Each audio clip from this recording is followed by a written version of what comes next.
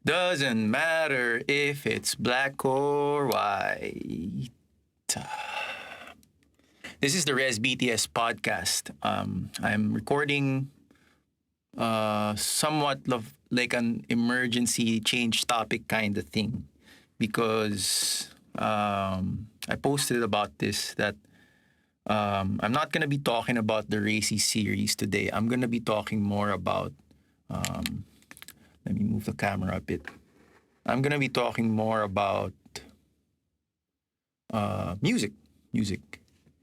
Because I'm known as a musician here dito sa amin. I'm known as a musician in the mainstream. In the underground though, I'm known as a visualist. So papakilala lang ako. My name is Rez Toledo and I made this podcast to... But di yun yung purpose ng podcast na to. Yung purpose ng podcast na to is to sort of speak Tagalog, base Tagalog, which is like a new theory that I like to talk about recently. Um,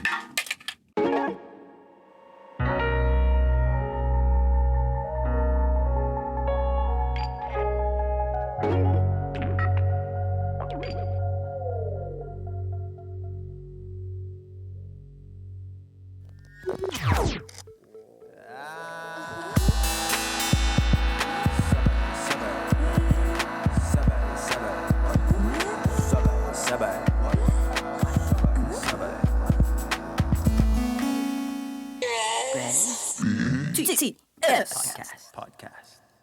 Tito Rez, matulog ka na later kasi baka manghina na naman yung tuhod mo. Rez? Na sinasabi na ganito na yung tunog ng Tagalog, ganito na yung tunog ng bagong Tagalog, and I don't have to fiddle around with like kung paano ko ba sasalitain yung English pati Tagalog, kasi sabi nila na yung Tagalog sound is an ethnic/heritage sound.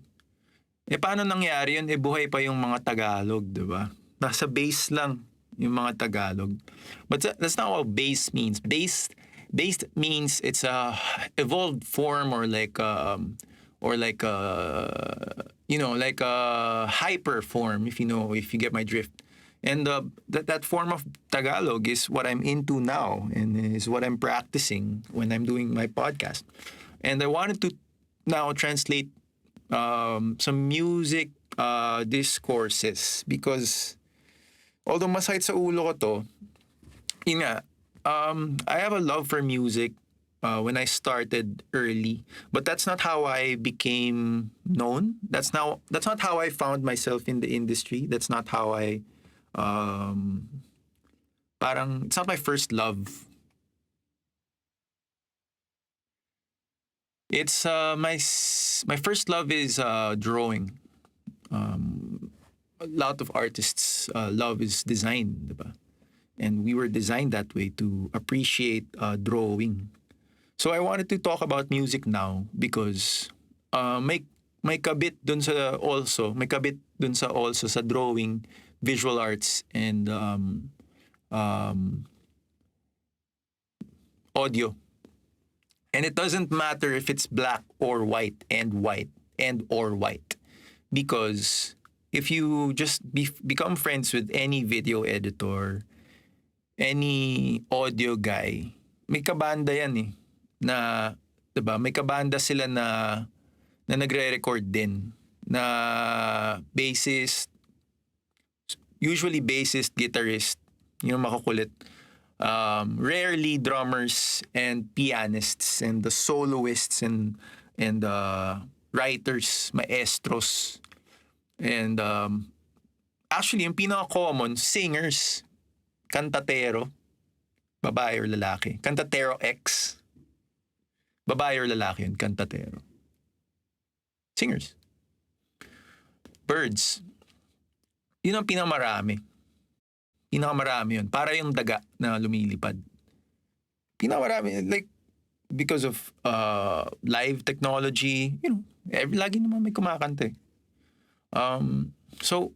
But I wanted to record some corollaries of music because sa Pilipinas sobrang sabog yung pagkaintindi ng mga tao sa music. But it's not that. It's like, kung sabog yung pagkaintindi mo sa music, ang counterpart nun sa mga aral na musicians is widowing. Which is not a bad term. I mean, I was a widower also. But I know how to read notes. That I know like a do, yung may ganun. Do, kasi yung sa do, mababa siya actually na bass note and major key note, C. Kailangan lagyan ng line, extra line sa baba. And then yung re, yung nasa baba ng first line, right? Sa staffing. Anyway, may rules yung notations nun. Diba?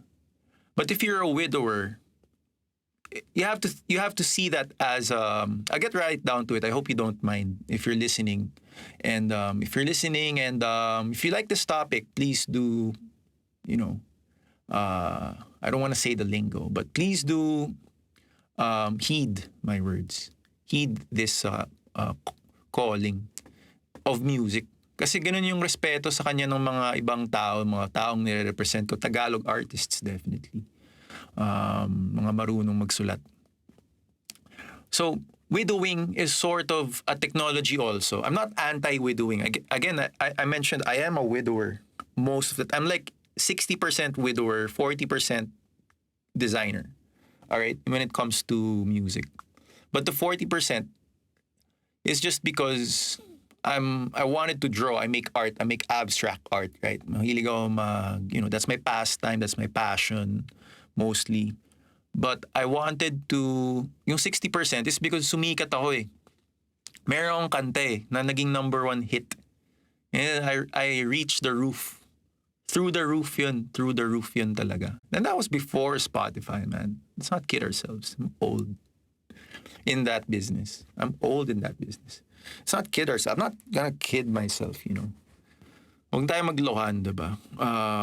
Dati nun, in terms of numbers, notes, 1 million is a big thing. But mainstream. So, sa underground, pag may 700 listeners ka sa underground, grabe na yun sa underground. Because I remember, as a kid, nung may 700 listeners ako sa underground version of my music, it's not even the hit song yet, just the underground music of my first singles, my first songs.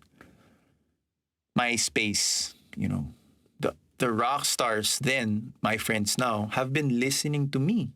Not listening, they're like shit-faced by the talent that I represent in my song. So I get the insecurity around the mitigated speech around song making, and I get that. I've been napagdaanan ko yun, diba? Napagdaanan nating lahat yun. But once you create a product, it's out there. Let me get back to the point of this of saying this is because music is music, guys. Music is music, right? So ang maganda diyan, maintindihan mo yung paano gawin yun. Paano gawin yung music is music. Because a lot of people hear music a really late and dead term from 8 years ago.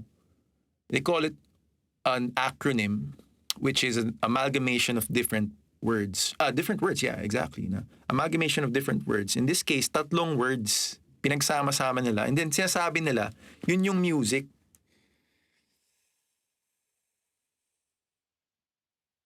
I quit that sort of understanding, school of thought, nung may YouTube na. I quit that. And then, sinabi ko, ayoko na dito. Pangit to. Di maganda. And then, asa school pa ako nun, so, and then nag-aaral pa rin kami ng friends ko. Inspired ako sa mga, I talk to music with my Christian friends, Muslim friends. Wala naman akong Buddhist. May Buddhist friends na ako nun. I talk with music about it. I talk in terms of music, and I talk to them about music. I make music, And ang nangyayari nun lagi is sobrang ganda ng usapan kasi like people's faces light up when especially Filipinos, right? Kahit anong part ng Pilipinas ka pa. It's the bridge that connects the islands, right? So, nakakausap ako ng mga Bisaya, nakakausap ako ng ano. In what I knew was base Tagalog now. You know, because it's that sound, di ba? Na hindi ko naman pwede sabihin na, rekta-rekta lang, rekta-rekta na. Hindi ko lang usapan sa rekta-rekta, nakasaksak na yan. Di ba? Kailangan, Englishin mo konti because wala naman terms. Ang music terms sa Pilipinas, sobrang deep. Anonan, for example. Search it up. Anonan. Mora. Si Mora nagsabi nun.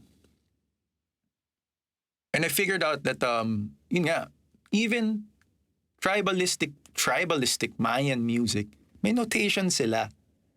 May notation sila rin, pero hindi basta-basta, I guess, sinishare, or hindi basta-basta sinusulat.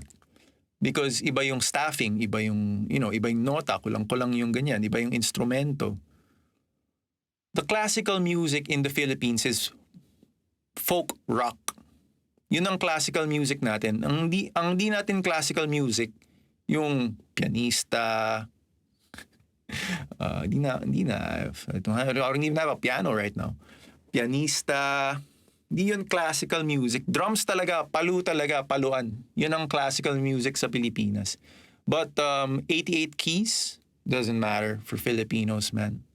Chopsticks lang, pwede na. Diba? Tunog Asian lang. Basta mapasingkit ka lang sa naririnig mo, pwede na, diba? So, it's a discussion. It's an ongoing discussion. Kung kailan ba talagang dapat pinapatay na yung O.P.M. Kailan ba nangyari yun, diba? For me, ginawa ko yun. Pinatay ko yung O.P.M. sa loob ko noong 2012, pagdating ng Spotify and YouTube. Because I'm hyper-aware as a technologistic expert in music making. Because around that time, may producer mindset na ako eh. I was using synthesizers. You get the whole thing, I was using synthesizers sa as a mogul, like sa feeling mogul. Marunong na ako gumawa ng R&B beats, diba? Rhythm and blues. And then I was about to enter jazz because I was mastering a lot of keys. My favorite keys and modes at that time. I was entering a sort of jazz fusion around that time, right? But I knew of the minor key lang. Minor keys dapat. So, in that time, naisip lang namin, namin na ano ba tong pinagpo-promote namin, pinapapromote sa amin na O.P.M.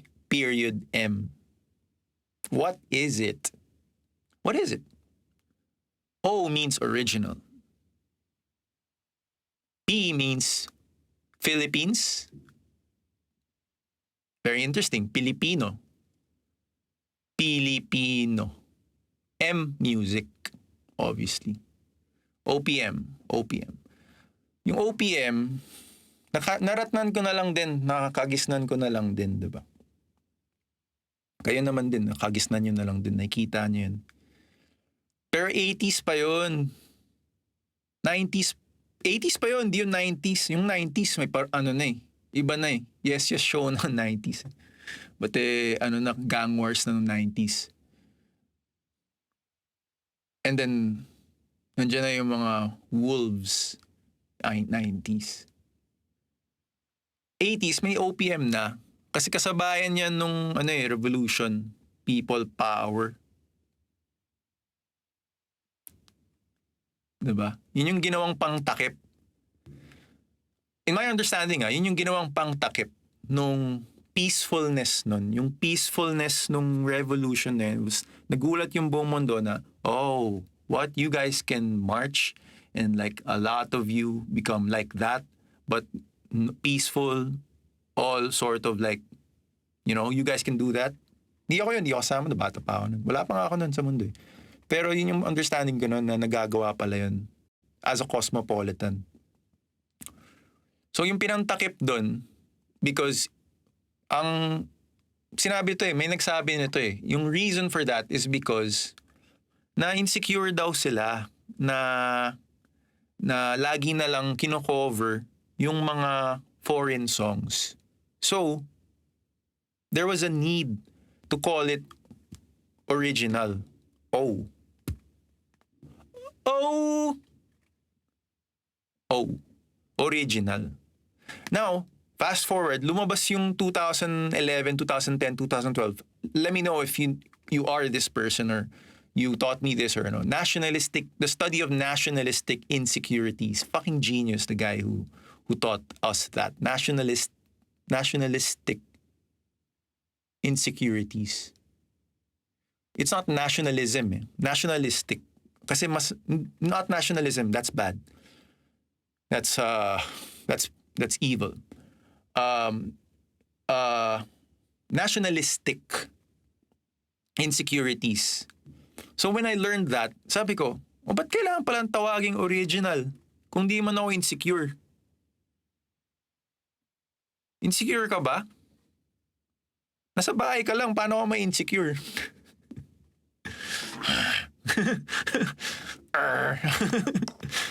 Nasa banyo ka lang, paano ka na may insecure? Wala namang tao sa banyo. Tapos may insecure ka pa. Tapos sabi mo original.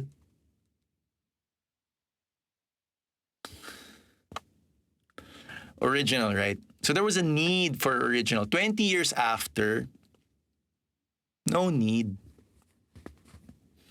No need. Not even 20 years after, like 2012, 13 minus 8. I don't know, man. 12 years after? You can count. No need. And then, P. Ano na tayo? Ano ba to? Heuristics ba to? Something like that, man. Study lang, study. Aral-aral lang. Remind. P. Filipino, Philippines. So is it original Philippines music? Di ko alam. Or original Filipino music or di ko alam, to be honest. Philippine. And okay, I'll get to that. Original, diba? O.P. O-P. P. Philippine. It's a country. Let's get down to it. Phi is love. Sa Greek. Tama ba? Philo. Feel. F. P. Basta alam ko feel is ramdam, love. Lob. Lab. F. Feel. Philippines, right? So panaklaw, yun ang panaklaw na word natin for the location, right? Philippines, Filipino. Pero bigay yan, historically, pangalan niya ng hari. Kasi yung Pilipinas daw, binigay sa hari. Hari Nino. Binigay yung country sa hari. Hari Nino.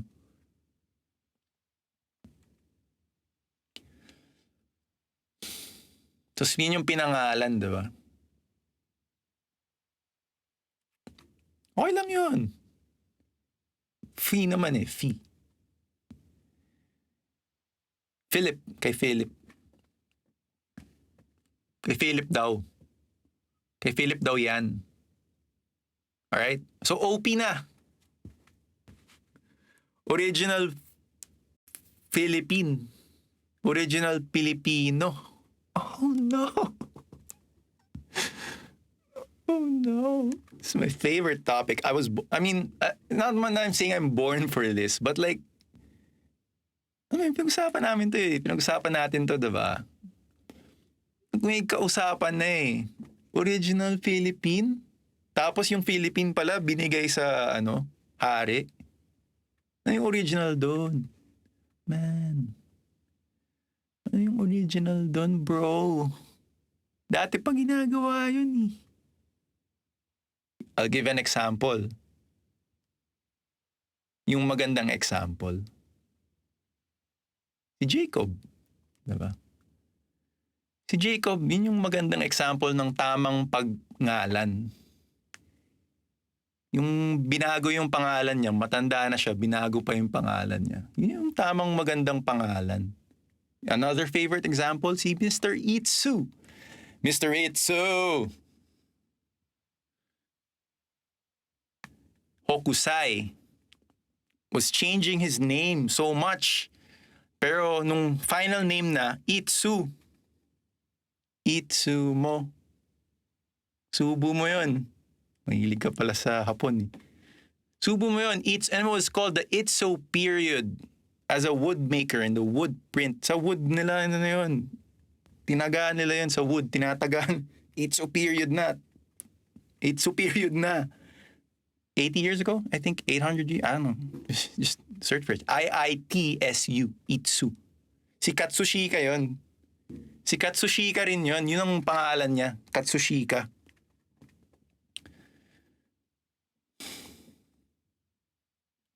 Yun ang magandang change name, di ba? So, I'm not talking about change name. I'm still at P.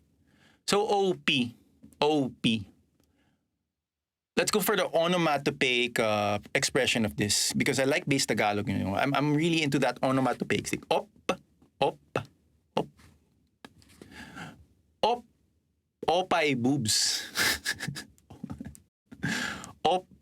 Opa, kuya, diba? Something like that. Yung OP, overpowered sa gaming. Overpowered. Diba? And then yung OP sa music, original Philippines, Philippines. Pipili ka ng original, ganun. Di ba yun yung meaning niya? Original.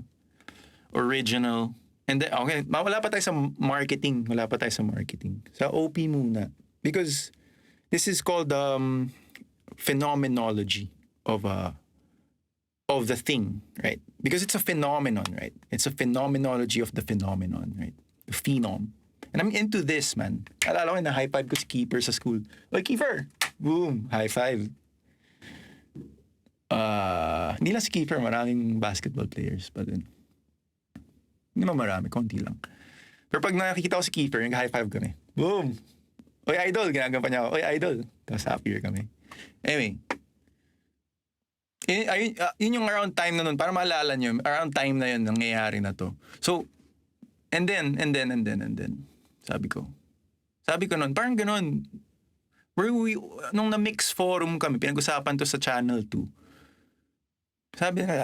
Sabi nung after long forum, sabi nung DJ, the term, matalino yung VJ na yun, video jock, that girl. Sabi niya, okay, siya, as the host of that show, nag-consensus siya mag-sarili. Kasi, andun ako, andun si Quest, andun si Looney. Tama ba? Andun ba si Quest? Alam ko yun, naalala ko yung tatlong, si Yani nandun. 5 pa, si Ebe ata nandun. Fuck, did that really happen? Send nga akong picture. Si bata pa ako nun eh. Tapos, naalala ko, ganyan ako ng ganyan. Tapos sabi sa akin ng nanay ko, huwag kang ganyan sa TV, mahalata ka na labas yung pinky mo. Diba? Sabi ko, hindi ko siya pinansin. Anyway, but yeah, Abby was there. You know, it was a discussion. It was a round table. And I really appreciate that from the music side of ABS-CBN. You know who you guys are, the channel heads. You know, because they made that happen in UP, University of the Philippines. And then naalala ko pa, after the whole usap-usap, the conclusion of the host, the VJ host, the video jock host, matalino yung VJ eh. Sabi niya, okay, the term O.P.M is now dead because that was the slogan, O.P.M is dead, right? That was the slogan. That was the Filipino slogan hell. I told you guys, Filipino is slogan hell. Hindi mo anti-Filipino eh. Pero sinasabi ko na yung Filipino, yung trope na yun, diba? Especially Filipino music. FM, Filipino music. Sakit sa ulo. You know, so OF, original Filipino music, PH, love music, romantic music. Di man lahat ng O.P.M romantic eh. Yung iba nga pang trash eh. Yung iba pang patulog eh. Diba? Yung iba pang space. So hindi about all love. Yung iba science, yung iba teaching. Yung iba metal. Yun ang music ng mga matatalinong Noipi.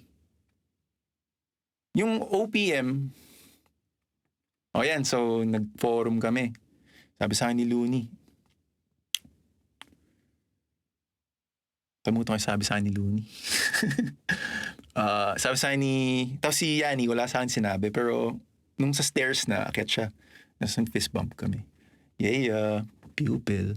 Anyway, so yun. So yun, madala na. Tapos si Yani nun, sobrang ganito na rin siya mag-isip eh. Nun. So ako, parang ano lang ako nun, misunderstood, kumbaga, Groot, I am Groot lang ako nun. I am Groot. And then, naalala ko lang, kikwento ko lang. Pero may records na alam ko eh. So, what happened was, so sa utak ko, meron ng consensus, right? Sinabi ng VJ eh. Sinabi niya on television, di ba? Tapos may episode 2, blah, blah, blah. And then a couple of years after, tinuloy pa rin nila kasi may nagkamali sa Spotify, nilagay niya yung genre na yun. Nilagay niya dun. Antay na kami dun eh. Sinasabi, hindi ko na kwento yung ibang, yung parang may organization, whatever pa. Wag na yun. TV naman yun eh. Yung gusto ko yung educational. Yung may TV kwento pa eh, pero wag na yun. What do you call that? Nakaka-Twitter eh. Wag na yun. Tapos, kumaga, naano rin kami ng mga friends ko, parang we were flabbergasted. Like, that's not what we were saying. Why are you sensationalizing what we're doing? You know, hindi naman kami ba't naman kami mabubugbog kung may pinag-uusapan lang kami? Anyway, salala ko nun si Jorge. Pati mga chikiting. Anyway, kasi CSB was also into that talk eh. Hindi lang Maroons. Hindi lang green or ano. Kasi nga, it doesn't matter if you're black or white. Anyway, so, wala nang pili-pili, diba? And then, I wrote a paper about it after. Because a lot of people, they showed me the light also that one of you guys, I think, one of my guys said na, sabi niya, it doesn't pertain to anything actually. It's not a genre. There's no one genre. You can't say it's not one genre. You know, you can't say in Filipino that this thing is a one genre movement. It's a pop music movement. It's wala namang stars sa genre na yun eh. Ba? I mean, it's out there, but I'm anti that. You know, if there's one thing that I'm anti, it's that acronym. It's not even the music. I like the music side, but it's the acronym, man. Like O.P.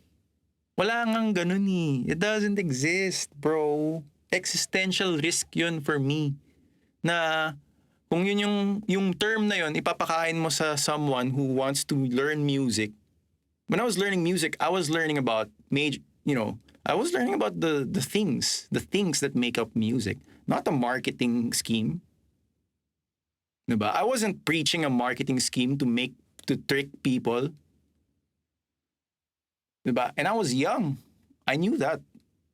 I wasn't like making a fake bureaucracy over I wasn't making a fake bureaucracy over a marketing deck. Ano ba yung market? Well, hindi nga deck yun eh. Basta slogan na lang eh. Basta makapag-slogan na lang na, ganito na daw yung music, ganito na yung ganyan. Di naman tayo may-ari ng music eh. Di ako may-ari ng music ko eh.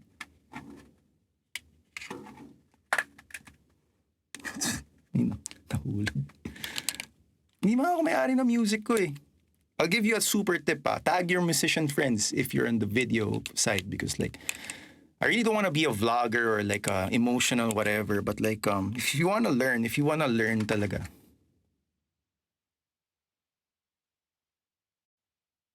If you want to learn talaga, the tip is to really study it. Punta ka sa school, yung mga aral, di yung nagma-marketing. Yung mga nag-aaral, 'di ba? Marunong na tinitingnan ka pa lang, G chord lang alam mo eh. Mas ka na dito. C chord lang alam mo eh. Mas ka na dito, man. 90s pa yun eh. Electronic na ngayon, bro. Ikaw, ukulele lang alam mo eh. Huwag na yan. Mag-marketing ka na lang. Mas may pera pa dun kung nagpapa-ukulele ka lang. Ukulele. Because sabi ni Beethoven, counterpoint should be learned 7 to 11 years old. And you know who Beethoven is? He's like the Kanye West to Mozart.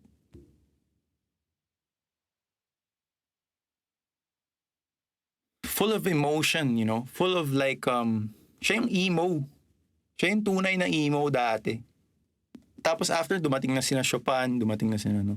Si Mozart, god yun of music eh. Siya nga daw nagsulat ng ano eh, Happy Birthday. Siya daw nagsulat nun eh, something like that, man. Nursery rhymes. Siya nagsulat nun. Siya nag-compose or galing sa kanya. Kasi kaibigan niya yung mga nag-design ng piano. Tapos yung mga kaibigan niya na nag-design ng piano, may mga taga-buhat. You know how heavy a piano is? 5 people, hirap yun. Bubuhatin nila yun. Because there's a giant harp in there. Yun ang music. Music isn't a marketing scheme, man. Music isn't a single that you can put on your blasters and then you make a fucking politician career out of it. We look down on that, man. We frown upon that.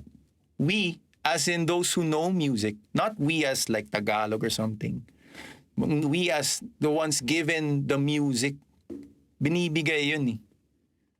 We frown upon yung papagawa ng single tapos bibigyan mo ng 1,000,000 yung musician. Yung musician, mayaman na yun. Bata pa yun, mayaman na yun. Yun ang musician na totoo.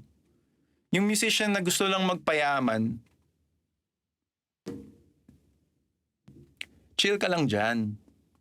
Hindi yun kasi yung music eh. Kung gusto mo talaga, may passion ka talaga for music, sa anak mo na lang turo mo, diba? Or magpabata ka na lang, yung tipong, enye, music. Enye, music. Diba? Ganun mo gamitin. Sige, maggaganyan ka. And I'm like, whereas some of us here, we're buying the gear. We're researching the VU meter. The VU meter, man. That's part of music now. Naintindihan mo ba yan? Kung bakit kailangan yun yung corollary ng music. Nasa M na tayo, music na. Marketing na, sinabi ko na. So, that's why I was anti that. And I mentioned that in parang textual form, in a message form, in a platform kind of thing, nung 2012. We talked about it, 2 episodes. Wala pang podcasting nun. Wala pa ring podcasting nun. Yun pa lang yung simula ng group podcasting na magulo sa Pilipinas. And then, yun, simula pa lang yun. And then, ang nangyari, ginawa pa rin. Tapos magsusumbong sa akin yung mga kaibigan ko. Alam mo, ginagawa pa rin, sinasabi pa rin nila yan, gumaganon-ganon pa rin sila about it. I'm like, oh no. Alam niyo ba bakit ayaw yun? Alam niyo ba't ayaw yun? Sinabi ko na. Hindi, ang music, hindi yung ganon. Praise yun, worship yun eh. Iba yun sa music. Sulat nga yung music eh. Sulat.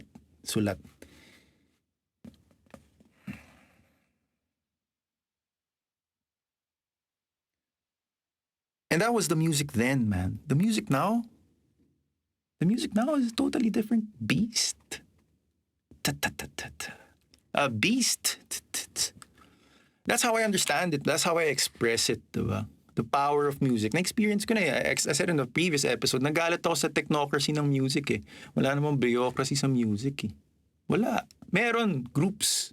Pero bureaucracy, wala. Wala sa kanila yun. Music ka nga eh. Sound ka nga eh. May bureaucracy ka pang nalalaman.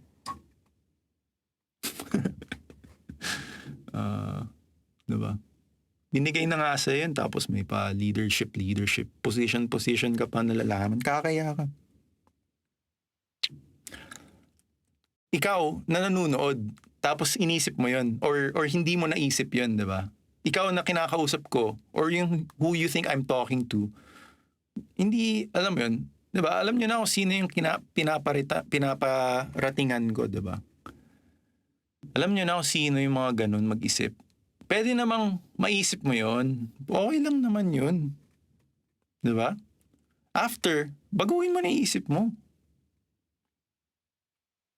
In the Transhumanist Declaration, episode 32 and 33, sinabi ng mga nagsulat nun, na musicians din, most probably, sinabi ng mga nagsulat nun, we have to take care of, all of us have to listen as transhumanists, neo-tao, we have to take care of the existential risks. So something existential is something that isn't really part of the existential reality. Does it exist or does it not? Yun ang existentialismo, diba? Mag-decide ka. Parang existentialism is realis, rea, re- realistic abstract philosophy. Because parang hindi ka nagde-decide kung totoo ba to or hindi. But in painting, in visual arts, pag na-paint mo na yung abstract art, which is an abstract movement, pag na-paint mo na yung abstract art, yun na yun, abstract na nga eh. Tawag doon abstract. Hindi yun existentialist. Abstract art exists. Right? The existentialist mo sa term na O.P.M, sobrang nakaka-evil eh. Ako lang, sa totoo lang, nakaka-evil na yung natatakot na ako sa term na yun eh. 2015 pa lang, ayoko na dun, man. Nakakatakot yun. Ayoko na dun talaga. Parang sasabihin mo, gagawa ka ng music, tapos sasabihin mo, original, tapos Pilipino. Ganyan gusto mong gawin.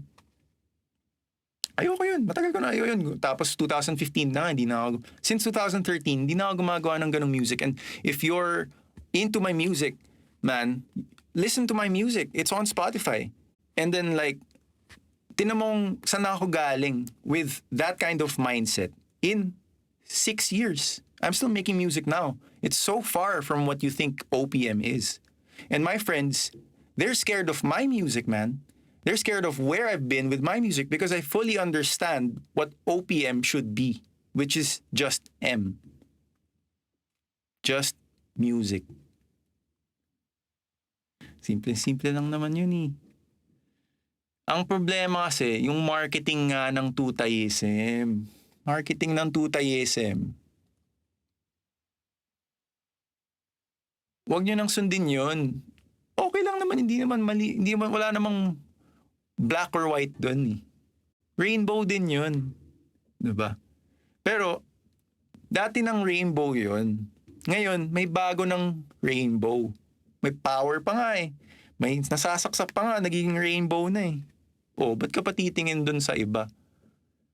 Like, bakit pa kailangan yung malayo pa yung titingnan mo? Eh, dito pa lang yung rainbow, nahahawakan ko na dito yung rainbow. So, mahilig ka pala sa rainbow eh. Yung ikaw, kasi gusto mo matuto, diba? Sabi mo, gusto mo matuto eh. So, yung 8 years na naming alam, syempre, babagsak ko na lang, diba? Ita-translate ko pa, i-base Tagalog ko pa for you. Because you're into that sound, man. You're into that Filipino, Filipinax sound of like promotion of your whichever. Right? But it's not that, man. It's not, you don't have to pretend to be that. You have to pretend to be music first before you have to pretend that you are original, but that you are P. That you are O, that you are O.P., that you are strong. You don't have to pretend that you're strong, man. You have to become music itself. You have to recognize music. You have to accept music. You have to sort of, as a musician, especially those who are learning music, you have to accept like what music is. It's like a gift. It's like, kaya kwento ko eh, diba? In my identity as an artist, I really wanted to be a manga artist. I really wanted to be someone who draws for a living. And then I translated that skill into software, Photoshop. Yun nga yung nangyari. Tapos natuto lang ako mag-Ableton. Natuto na lang ako mag-ganito. Because I paint. I draw. And then na-apply ko yun. I had this accidental, waking up that happened. And maraming mga sumunod or may mga nakakita nun, diba? And then, nangyari na yun. Tapos na yun. And then now, I wanna, hindi na ako makapag-drawing. Hindi naman nakapag-drawing pa, no? But I'm now an abstract artist. I now identify as an abstract, so these are the abstract, at least my audio, diba? Audio is abstractified. I'll let you know what I know about abstractification. Abstractification yung abstractified ang world of forms, diba? You learn the world of forms, you learn music, it's all abstracted. Words are abstracted, concepts are abstracted, teaching is abstracted, magic is abstracted. And then you learn it, you memorize it, and then you come up with these little vials of like whatever, and then that's what you sort of, and then you learn it, feel something. You see this in the movies, dude. You see this in and I feel this way about it because I've been wanting to share this, not marketing, not advertising, not sort of ways to disrupt the learning. Kasi yun lang naman ginagawa ng consumerismo, kapitalismo. Yung may ginagawa ka, tapos sisingitan nila doon. Oh, ito, try this. Try this. Kaya nga ginagawa nila yung singles, what do you call them? Like jingles. Jingles ng yan, jingle ko to. Boto niyo ako. Jingle ko to eh. Yung mentality yun, 'di ba? Yung jingle ko O.P.M. Or yung jingle ko ginawa ng O.P.M. artist. Woo! Galing. Magaling naman talaga. Kahit ako, nagagalingan ako eh. Pero hindi ko na memorize. Diba? Hindi ko na memorize. Ang tagal na, bata pa ako nun eh. Kilala ko sino yung gumawa. Kilala ko sino yung yumaman. Pero yumaman ba talaga sila? So, like my strategy, music coaching na, my strategy, don't make that. I've never made those things. Mismong tatay ko na tinatanong ako, oy, pwede mo bang gawin to para sa ganito? May kakilala tayong ganyan. Tapos narinig ko pa lang yung J. Ayoko na. Diba? Yung iba ganun ginagawa araw-araw. May industriya din eh.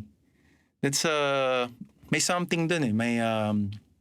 That's a business model. Of course, I understand BPO, man. BPO, I understand that. Kasi nga, di man sa nagyayabang, guys. Di man sa nagyayabang eh. Kasi nga, nung tinuro sa akin yung music sa Abelardo Hall, may process. And then, ina-outsource yun. Ina-outsource sa estudyante.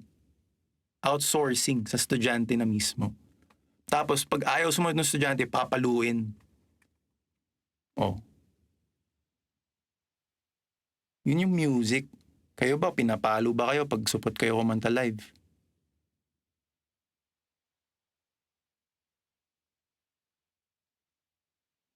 Kayo ba, nagsasuffer kayo pag pangit yung music nyo? Pag maganda yung music mo, ano pa yung isa-suffer mo? Pag maganda talaga yung music mo, ano pa? Meron ba? Ewan ko. Diba? Tapos may nagsabi sa akin, nung dati pa. Tagal na nito. Ang mga musicians, Levites. Ang alam ko Levites yung tawag sana, Leviites. Levy is a stream. I might be wrong. Let me know if I'm wrong. So, it's a stream, right? The Levites. Pag binaboy mo yung tawag, Levitites. Levitating tite. Yun yung pagkababoy ng Levites, 'di ba? In your head, kung naisip mo 'yun. I'm sure iniisip 'yun ng mga marunong, 'di ba? Sabi niya Levitite. So like, nakakatawa, 'di ba? It's floating. Anyway, those guys, ang alam ko din, I heard this from a podcast, they're not like, wala namang tawag sa kanilang marketing eh. May tawag lang sa tribe. Tribe yun eh. Alam ko tribe yun. Tapos may formation sila. May visual aspect yung pamumuhay nila. Meron silang formation na sabi pa-cross daw. Pa-cross daw yung formation nila. And you have to understand it sa formation nila is because even then, meron ng war, meron ng sound, meron ng information torototing na ginagamit. So, may kailangan may formation. Notes nga may formation eh. Diba? Nota nga may formation eh. Iba-iba nga yung formation ng nota, diba? Yung iba-iba yung galaw. So, yung posibleng nagfo-float sila. Wala sila sa float, nandun sa lubog. Lubog sila doon, nakabasa, nag-a-absorb sila doon lagi. Absorb. Parang ganun, yung pagkaintindi ko eh. Laging, notated yan. Let's go deeper. I want to go deeper because I'm really passionate about this. I might do this still in the next episode. There's this thing called automatic writing. Because uso yung synesthesia, diba? Ginagaya yung synesthesia sa TV, diba? May synesthesia daw si ganito, may synesthesia daw si ganyan. Di, addict ka lang. Alam mo yun? Pinagtatakpan mo lang, ginagawa mo lang pang takip yung music mo sa drugs. Hindi ikaw. Yung iba. Yung intindi na ganun. Yung, when I say ikaw, nagkakamali lang ako sa doon. Yung location, nung sa isip mo. Sinasabi ko, yun yung ikaw. Hindi ikaw yun. Nasa loob mo lang yun. Pero when you identify with that thought is what I mean. When you identify with that thought, I was thinking, di man ikaw yun eh. You're not synesthesia. You're not colors. You are not confusion of sound and words. And you are not the word that you taste. It's not you. That's perception. So when you are in that perception, the way I understand it is parang gagawin mo. Man, this is such a nice topic for me. I gotta say, I didn't think of it that much. I didn't put it in marketing. I didn't put it in as a career booster. I didn't teach it to my students. I didn't teach that to people who follow me, learn me, ganun. In-express ko lang. So makita mo, yung mga na-addict doon sa marketing ng mali is naging vaporware yung publishing nila ng nota-nota nila. Naging vaporware. Asa na? Nahanap mo ba? Nandun sa Spotify. Siyempre, nandun sa Spotify, yun yung purpose nun eh. Pero asa na yung turo? Asa na? Hindi ko na naririnig. May Tagalog, balik na tayo sa Tagalog. Yung ibang Tagalog, na yun ang naririnig ko. Kasi sabi nila, panahon na naman, diba? Or sinungaling. Yung mga sinungaling, ituturo mo. Ayan, sinungaling. Oh. Ikaw, type ka dyan, feeling ka. Tapos magbabanda ka rin pala. Alam mo yun? Alam mo yung ganung feeling? Inggit yun. Inggit lang yun. Diba? Jealous. Kaya nga yun yung tawag eh. So, pag-isipin mo, wag mo ang pag-iiralin yun. Wag mo ang pairalin yun. Ang pairalin mo, wala lang, music lang. Yun yung mga nakakaintindi. Diba? Kasi nga wala lang eh. Doon kayo tama. Doon sa ibang slogan hell na Filipino, mali yun. Alright? I'll stop with there. But that's how I wanted to express my anti-ness. My stand on yung pagbe-base Tagalog ng marketing ng tuta. And what do I mean when I say marketing ng tuta? What do I mean by acronysticism? I want to delve. I'm really I think I'm I think a side of me became a musicologist when I just really wanted to draw fun pictures. Memorable things. I just really wanted to do that. But when I'm in here kasi, in this mode, hindi na matapos eh. Alam mo yun. It takes so much longer actually than even making a podcast. Kaya yung mga sawa na mag-practice, sawa na fiddle around, they listen to podcasts. We don't discriminate podcasts with music now. That's why. That's what I learned in these last 2 years. And I hope you learned something about me, and good luck with your music. My name is Rez Toledo. This is an episode of the Rezbt-S Podcast, and happy listening or sad listening, pwede rin. Keep creating in terms of music, but right? Next time, maybe I don't know. I'm really parang flabbergasted and nahihirinan ako sa topic na to. So ayoko talaga actually to i-base Tagalog because baka hindi ako matapos. I'm into now base Tagalog, which is a language thing na kung ano ba yung latest thing na nakikita ko sa internet. I just want to talk about it in base Tagalog, which is a language is a language that I'm seeing now that people are speaking around the world. And I appreciate everyone who's been into this thing. Tuloy-tuloy lang natin and I hope it makes some waves. Thank you very much. Bye. Bye.